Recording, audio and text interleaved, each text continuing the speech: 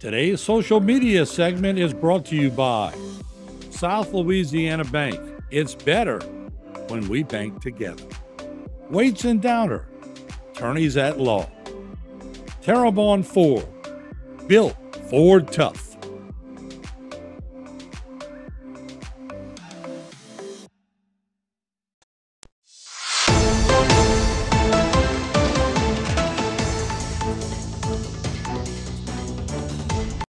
All right, on a rainy day here in Houma, I'm Martin Falls. Welcome to Bayou Time.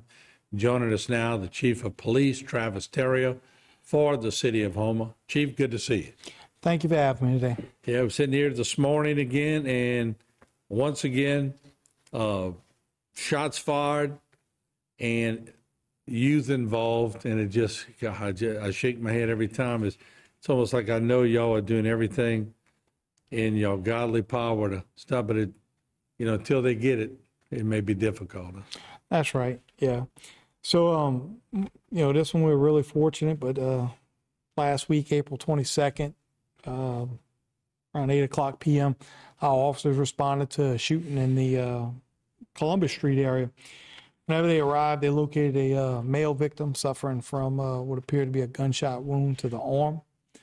As a result, he ended up having to be transported to a local medical facility for treatment. Our detectives did a really good job. They started canvassing the area, speaking with witnesses, and they quickly developed some information that led to a search warrant being executed in the 500 block of Eliza Street. Our SWAT team went in, they executed a search warrant, they safely took everyone into custody, and as a result of that search warrant, they recovered two AR-15s. That led to the arrest of Mr. Kendrick Woods on that date, and the warrants being issued for Christian Antoine, 19 years old. Woods cooperated with the authorities, came in without without further incident, and the officers, the family said they would reach out to Mr. Boykin of the NAACP. Jerome called me, and we spoke about it, and he was instrumental in getting Christian Antoine to turn himself in, and Mr. Boykin turned Antoine over to us without further incident, which we're very grateful for that, and thankful for our working relationship with Mr. Boykin and the NAACP. Yeah. But, our investigators as a whole did an extraordinary job on this case and resolving it, and hopefully this stops some of the gun violence that we have back there. Yeah.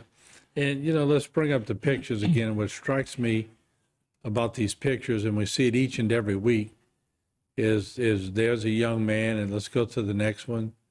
Look how young. I mean, they're just starting life, and I guess what strikes me about this is you said the family reached out to Mr. Boykin, which shows me that the families are involved and they get touched. And when it happens to your family, it happens to you because you feel the pain of what the youth are going to. But I know y'all been working on this a lot, and I know there's a lot of families who would, wish they could find a simpler way to end all this.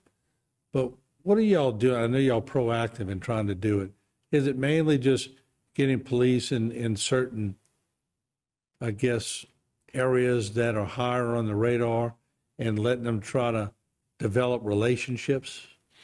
So the relationships is absolutely what leads to success with these types of investigations. Not necessarily in the areas you have problems with. It's important to have relationships throughout the community, because it doesn't matter. This can happen anywhere. There's bad apples in all communities. It's not just one community, but it's important that we have our finger on the pulse of the community, and our guys have a really good working relationship, and our agency as a whole have a good relationship with our community. Have y'all in the past, Chief, and I know y'all probably have, but just so the audience will know, do y'all rely on ministers and Mr. Boykin with the NAACP?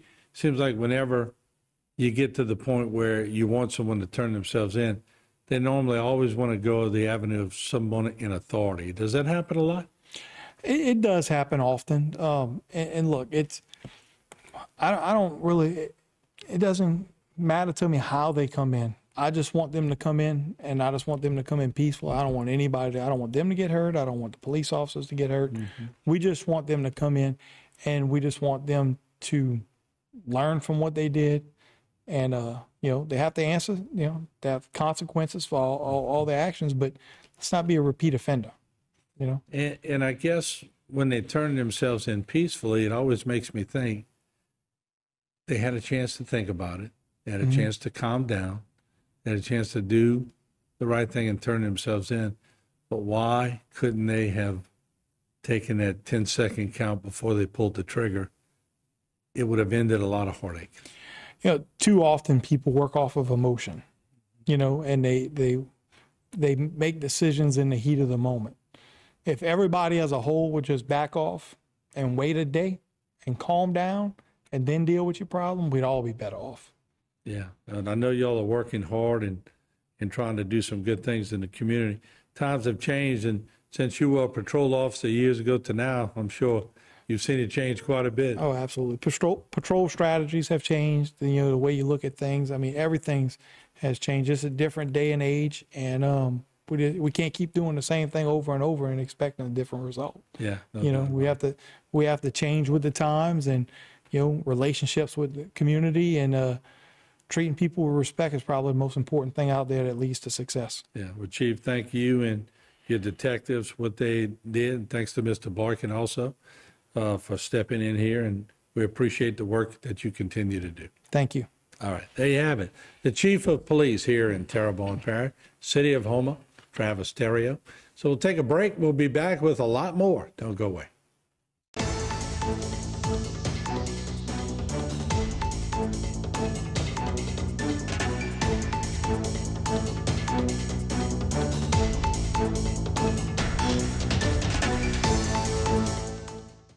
Today's social media segment is brought to you by Alford and Associates for all of your insurance needs. CIS, Cardiovascular Institute of the South, the highest quality cardiovascular care available.